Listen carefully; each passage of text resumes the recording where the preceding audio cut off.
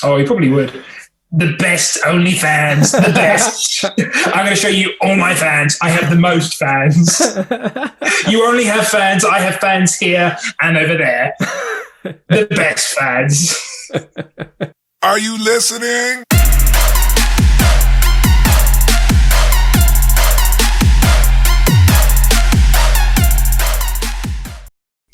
What's up, everybody? Welcome to another episode. I got my man Adam Coumas here with me. What's up, man? How you doing? Oh, good, man. How are you? Yeah, I'm really good. Thank you very much.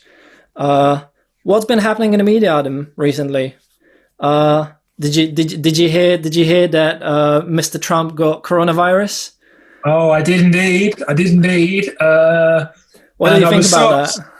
Well, first of all, I'll just say, what I feel like if I need to say if this is going out on a public medium, tragic. All right, that's the official story that you would send to a big publication media. But what's the real story on this podcast? This real down and dirty. It's interesting, isn't it? Like I was low key pissed that happened right after South Park released their special, because I thought it would have been great to have them integrate Trump getting COVID in the show. How good was that episode, though? How good was that special? Very good. Man? So funny. So good. So good. I think I would have liked, if anything, I would have liked to have seen them maybe chronologically document everything that happened since March. Whereas I think they kind of just went, with South Park, we only do what's been going on right now. So they will only talk about the issues now. But I felt like they could have had a real big thing of showing all the chaos and stuff that's going around the world in each month. But they just kind of focus on what's happening now, which is that sort of like half lockdown, half not. Yeah, true. Overall, I thought it was really funny. Could have been edgier. Could have been a little bit edgier, considering what South Park has put out in the past. Yeah. Although definitely that scene when the cops started shooting in the school and they shot the black kid, that was just fucking like I just turned around. I was like, shit, man. That's so funny. That was funny. Yeah, that was ridiculous. It's just brutal. Yeah, absolutely. Yeah. But then, going back to Mr. Trump getting coronavirus. You know what my thinking behind this is, and that's a little bit of like a conspiracy theory, even though I'm not really into it. But I was thinking, they had the debate with Biden, and which he got owned, by the way. Exactly.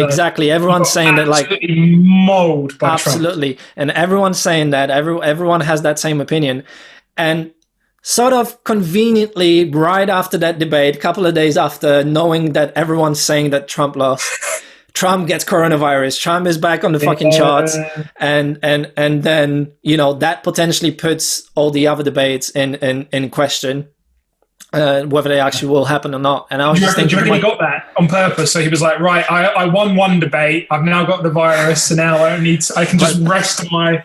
I don't. That's the thing. I don't know if he got it. I don't know if that's a strategy. Oh, wow. For him to not embarrass himself again, or like not lose again, essentially, at least in the public eye. Because I know that in his eye, he's fucking winning everything. I mean, he just tweeted yesterday, I think, that he's immune to coronavirus, and that's not a real thing. Are you saying that you felt Trump lost the debate? I only got clips, but my understanding was that he did dominate Biden. Is that what you thought? No. So my opinion was based on what I've seen and from what I've read in from different sources, was that he lost just because he was just too much of a bully and didn't say anything specific. Right. He was just constantly, sort of barging in front of Biden and trying to shut him down. The bit where he was like saying, "Don't use the word smart around me. You didn't go to you went to X university." Yeah, shit like that. And then I would say the public opinion sways more towards Trump losing the debate. And if you're an outright bully, then exactly. Sure. And I was thinking to myself, did he actually get it, or is that a strategy so he doesn't have to debate again and then lose again in the public eye? Potentially. If anything, he tried not to get it so he can save face and step up at another debate. But I don't know. I think he's legit got it. Like, we're just lucky he wasn't sort of debating somebody from like Russia, because then he would have like come down with like a small case of Novichok or something. Why? Oh, do you mean that acid thing? Well, it was the lead. Well, it was who was it? I think it was Vladimir Putin's main opposition. He was about like rallying one. He got mysteriously poisoned on a plane, and he was poisoned by that Novichok nerve agent, I believe. Yeah. Because in Russia, like, we like to think we know politics over here in the West, but in Russia, like, they fucking take it seriously. I don't want this guy to win so much. I'm going to make sure he doesn't live. Whereas over here, we're just calling names. Don't use the word smart around me. Like, we forget, like, how old school some of the other countries are. That's the reason why, like, China, I respect you guys so much. And Russia, you guys go back to the previous episode. Yeah, exactly. Cool. But that's going to be a consistent theme. I'm now on China's payroll. Like, as much as they've got so many fucking questionable human rights issues and everything else, like, I know if I start complaining about their human rights issues, my human rights are going to become an issue for them. That's hilarious. Even here in the UK, little old Croydon, I'm a bit like... You know what? I was going to start this podcast saying, like, China got my man Trump. What's going on? Yeah, man. I mean, he was for the longest time, he was at least seemed to be a denier of whatever's going on in the world, and just he was now all of a sudden, boom. Yeah, he was a denier of like wearing masks initially, then he was like pro masks. But this is the same old story with Trump, isn't it? It's just he is flip flops. He doesn't really have any values. I think the only thing he values is money. So. Then he was wearing masks and everything. I think it's going to be interesting for Trump supporters, because if he, God forbid, he actually passes away, like, despite if you like, I know a lot of people have a lot of issues with Trump as well, but I wouldn't wish death on anyone. I think that's a bad headspace to be in. Twitter is banning all the tweets, like, from people saying, like, I hope Trump dies, right? Yeah, because I think there was an influx of that. Yeah, I think that's really low. And people who are saying that, like, they're not in the right headspace. Like, no matter how much of an arsehole someone is, or you perceive them to be, like, never wish death on them anyway. Yeah, like, just be better than that. Like, you can, don't get me wrong, you can curb your sort of, you don't have to be so overly pouring and sympathetic. Like, don't send him a get well soon card if you don't like him. That's fine. Yeah. But like, don't wish death on him. Come on, man. But it's interesting that Twitter censored the anti-Trump stuff, because normally Twitter censors anyone who has anything moderately central or right-wing opinions. That is true, but they've blocked. I think, was it Twitter or was it Twitch that is blocking sort of Trump on regular basis, or the content that he puts out, because he fucking tweets every day, right? I didn't realize Twitch was blocking. I didn't know Trump was much of a gamer, but maybe he is. You don't have to game on Twitch. You just have to put messages out. I mean, yeah, it's mainly a gaming platform, but you don't necessarily have to do that there. I don't know if Trump's on Twitch, but that'd be amazing if he was. Like, I wouldn't be surprised. I wouldn't be surprised if Trump like joined OnlyFans or something. Oh, he probably would. The best OnlyFans, the best. I'm going to show you all my fans. I have the most fans. You only have fans. I have fans here and over there. The best fans. I would legit, if he had just OnlyFans, I would subscribe just to see what she was doing. Yeah, it'd be fucking funny, man. Like him showing his bald head or something. Or... Yeah, he could do like grooming videos or something like that. Okay, yeah, all that. What kind of grooming are you thinking of? I was thinking he was... Because OnlyFans doesn't have to be sexual, does it? I think. I'm not saying... grooming isn't sexual. I meant like fucking hairstyles and stuff like that. Oh, did you say grooming? I thought I heard something very different. Okay, cool. I said grooming, yeah. That's fine, cool. I will not repeat what I heard. Okay. All right. But like your point was interesting? Why did you think that he won the debate? Only from what this is the thing, right? I'm going to be honest. As much as I am somewhat invested in American politics, because whatever happens in the States fucking ripples around the rest of the world, right? Yeah. I didn't have time to watch the debate, so I didn't watch the entire debate. Oh, me neither. I just watched a couple of highlights. I'm going to be honest. I watched a few people sent me memes from Lad Bible, and I saw a couple of clips. And the only clips, and this reinforces it, right? This is all fits into the fake news and people creating their own narratives.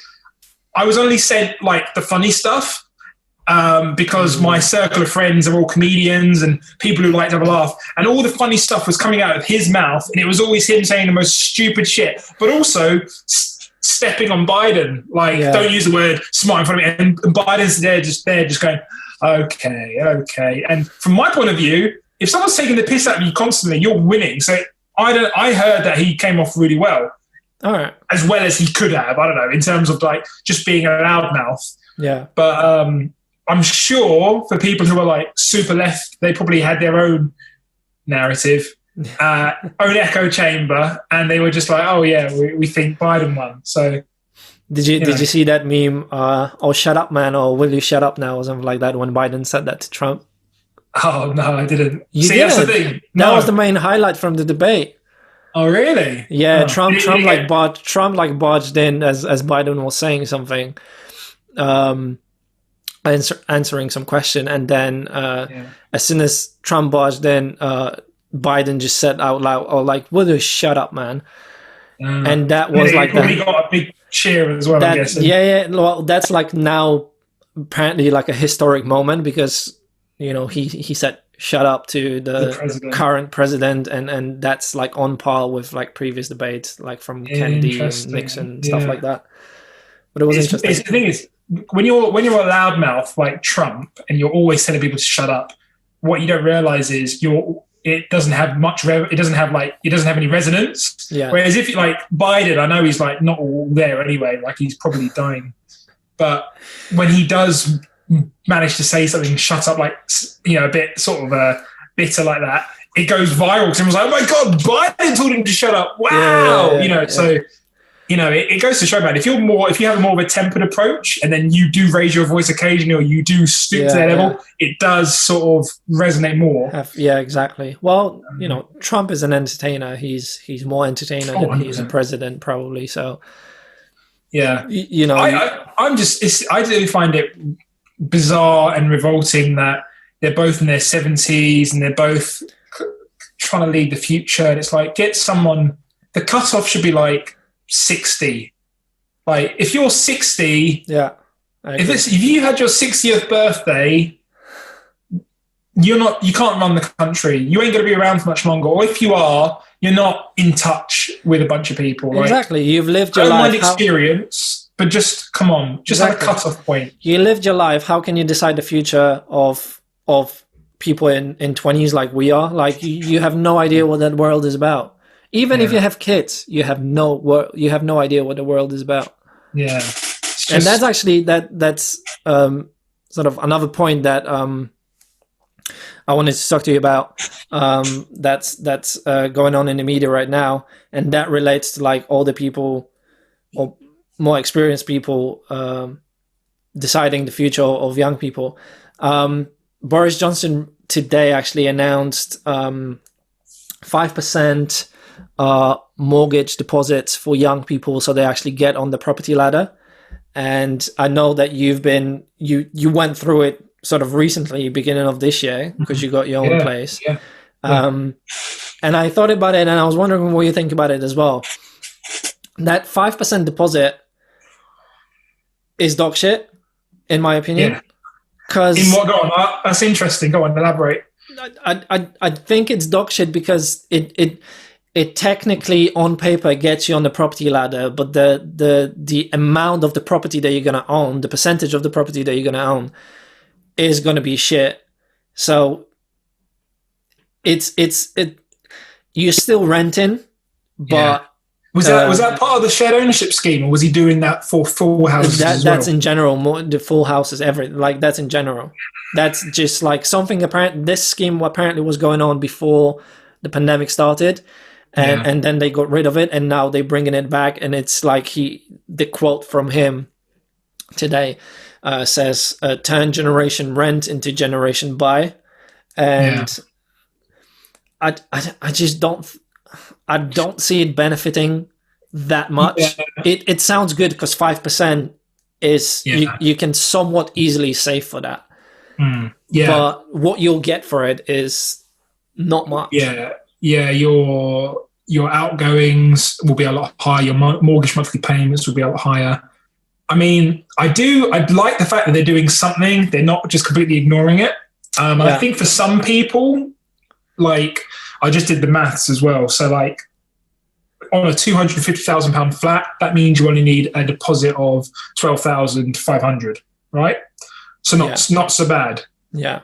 I think the problem is, though, if it's going to enable more people who haven't actually saved up any money, then I don't know, like, being able to go on I think what it is just it's not just about the deposits. That's the issue. It's all about, most people can't get a property because they need to be earning 50K for them to qualify for a mortgage. Yeah. So that's the issue. It's actually the rise of the houses and the properties. It's not having the deposit. Most people can save, like, you know, you can save 20 grand if you really fucking hustle on a sort of kind of shitty salary for a couple of years. Yeah. You know, and that's paying rent on top of that and everything else. Like, you can do that. Maybe not 2 years, but like, if you're living with your parents and you're paying like £400 in rent, you can do that. If you're paying fucking £1,200 in London, then you've made that choice. Move out to the suburbs, pay £500 a month, and then spend the extra £500 on saving. You can do that. Yeah. I think it's good that they're doing something, but the deposit isn't the issue I don't think for sole occupancy. It's more about, right, I need to be the mortgage lender, the mortgage broker has told me I need to be earning 50K minimum in order to get a property. What were you? Because I remember you telling me this as you were going through the process. What was that? The sort of threshold that you said is like it was 30K. That's like where mortgages start from, and then anything less you earn, you have to have 200. It depends on the property. Yeah, I mean, don't get me wrong. I'm sure, like, on a basic salary, like a low salary, you could probably buy, you know, get a 30-year mortgage on a garage. They do fucking sell garages. Like, it depressed me. Like, I saw properties for like 150,000. I was like, what? 150,000 property in London? It was like dilapidated garage below a chicken shop, and I was like, why is the chicken shop above the garage? And they were like, you want to buy it or not? I was like, oh, maybe. I considered it. I fucking considered it. Yeah, but for every grand less, so let's say they want you to be earning 30 or 35K. For every grand less that you earn yearly, you have to have 2 or 3K more in your deposit. Yeah. So I don't know. It's kind of. But that's it'll be good for some people. That's the thing. If you live in London, London is like one of the most expensive cities in the whole world. Like saving up that money, if you came here from another country or from another city and you're just renting out in London, saving even that 5% is really, that's a challenge, man. Like it is a challenge. Even if you live in suburbs, like London is just fucking expensive. And I hate that, I hate when like our parents' generation, for example, say like, like flash the fact that they were able in our, like at our age, to get a property. What's wrong with you? When I was 18, I was already out on my second house. I'm like, exactly. You know what, mate? It doesn't fucking work. How much did you pay for your fucking 4-bedroom house? Absolutely. They're like, I paid a bit more than I should have, 150,000. I was like, wow, are you joking? 150,000, like, they don't realise. And it's try getting a 4-bedroom house right now in London. Fucking hell, like that's like at least what 500K. That is a dream you're having. Wake up and just absolutely. I don't know. I'm glad they're doing something. I would have preferred it if he said, right, we are stopping X number of people just buying up all the fucking flats. And that's another point that I wanted to say. Exactly, like you know. Having all these investors and everything, as great as it is, I'm sure, for the economy, like the people we're making a commitment to make sure that anyone who fucking buys a place has to live in it in central London. That would be good. That would be a nice thing. Yeah. You know, just doing something that actually serves the people rather than just selling properties. Yeah. You know, just for the highest price to whoever. Absolutely. And like you, because you in your mid-20s. Late 20s now. Like what 27, 27, right? 28 now. Yeah. Oh, shit. Basically dead. Yeah. How is like that, how's that process in your 20s going on? Like all the saving up and everything, like it's clearly, looking at your example, it's clearly doable, even though it doesn't seem to. Yeah, but I had to live a very boring lifestyle to get to this place. A lot of people, quite rightly in their 20s, want to enjoy their 20s, and they want to be like, look, I want to be able to go to a club every now and again and spend fucking 100 quid in a bar. Like I'm only young once, or I want to be able to get an Uber back home, or I want to be able to. I don't want to live with my fucking parents because I can't get on with them. I don't want to just live with them for an extra 5 years. Yeah, I want to be living in central London, living it up. Yeah. And I was like, okay, what can I do to save up? And it was very much short-term pain, long-term gain. But the short term was a few years. But now, I've got my own place, which is nice. But I understand that's not everyone's priority. But the problem is, the longer you leave it, the harder it is to get there. So absolutely. And again, like just doing it in London, it makes it double hard the longer you leave it as well, isn't it? 100%. Mm-hmm. Mm-hmm. Absolutely. I couldn't agree more. All right, man. Yeah. Let's wrap this up for now. Thank you for being on the show. Thank you guys for listening. Thanks for having me. And I'll see you guys in the next one. Take care. Take care, guys. See you. Bye.